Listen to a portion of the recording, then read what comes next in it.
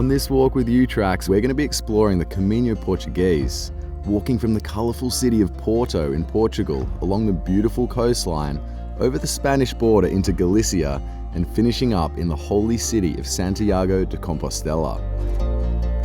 This is considered by many to be the most spiritually connected of all the Caminos, since it follows the route the Apostle St. James's remains took to their final resting place. The Portuguese Camino experience with UTracks boasts spectacular coastal scenery, sea-flavoured coastal towns, world-class food and wine, fascinating history, and incredible accommodation. This will be my 5th separate Camino with UTracks, and I'm certainly not the only one on this trail who keeps coming back for various reasons. I've done Camino Frances before, and so I really wanted to sort of get that experience again, because they say Camino is addictive like tattoos, and it is. I already did some other Caminos in Italy. Maybe I was attracted by the fact that there are many Caminos, but Santiago is like the Camino, also historically speaking. The last one sort of changed my opinion on my life. You know, stripped me a bit bare, and I just felt like I needed a little reset. We love to hike and be together and meet people and that kind of thing, yeah. People have all kinds of reasons why they're doing this trip. But at least the common denominator is friendship, you know, that you're willing to help people on the way. You're alone with your thoughts for long stretches, and I think that gives you time to reflect on a lot of stuff. For me, Camino's always provided answers. And so every segment that I have taken gives me, I call it my boardroom. I'm walking and I'm processing things and I have all these questions. It's an amazing experience. I think everybody should try the Camino, you know, how many ever days or whatever you can do. While the full Portuguese Camino begins in Lisbon and takes roughly 30 days covering 620 kilometres or 385 miles, like many pilgrims, we will be beginning our adventure further north in the artistic and vibrant city of Porto.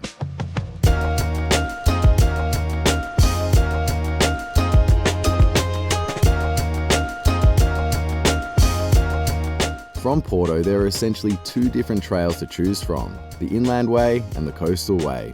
Since we're a couple of self-confessed beach bums, we'll be following the coastal way, which will take us 14 days, walking 12 to 25 kilometres or 7 to 15 miles per day. If you are short on time, you can always start in Tui to complete the final 100 kilometres or 62 miles to earn your Compostela certificate. There are also many different start and stop points and slower paced ramble options along this trail. Walking any Camino is a great personal challenge, but you can make your experience just so much more enjoyable and carefree by doing it with UTracks. Firstly, UTracks will transfer your luggage for you each day, meaning you can be as lightweight as possible on the trail. UTracks will provide you with a navigation app with detailed route information. They will also handpick and pre-organise your accommodation for you, making your arrival at the end of each day's hiking hassle-free. And I can tell you the accommodation on this trip is some of the friendliest and finest we have ever stayed in. All this combined really does make this an experience of a lifetime.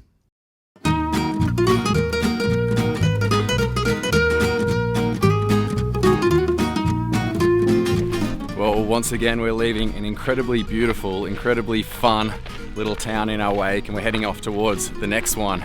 And I think for me, that is probably one of the biggest draw cards of this particular Camino. And in fact, all of the Caminos, but especially this one, are the little towns that you get to pass through. There's no secret that the Spanish and the Portuguese absolutely love their fiestas. They love to eat, they love to drink, and guess what? So do I.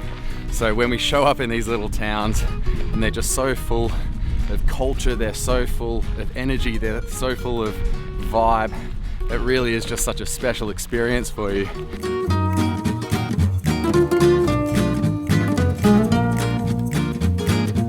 And here in Portugal, seafood is life, and each village has its own little seafood delicacies. Yep. Right here in this town that we're in, it's all about goose barnacles.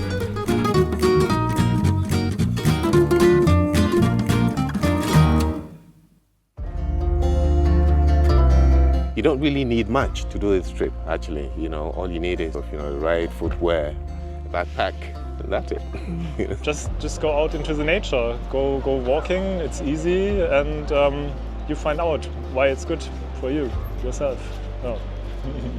You can see places and people in a different point of view, because even if you travel by car or by train, it's not the same, because you go slower and you have the chance to meet many different people. So, well, you meet a lot of people, and it's great to find out their stories and why they did it and why we're doing it, that kind of thing. So yeah.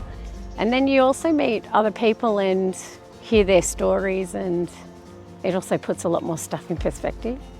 I think anyone who comes on the way, already knows that he's part of a community of, pilgrims, so to speak. People kind of think of it, Camino as therapy, Camino is vacation.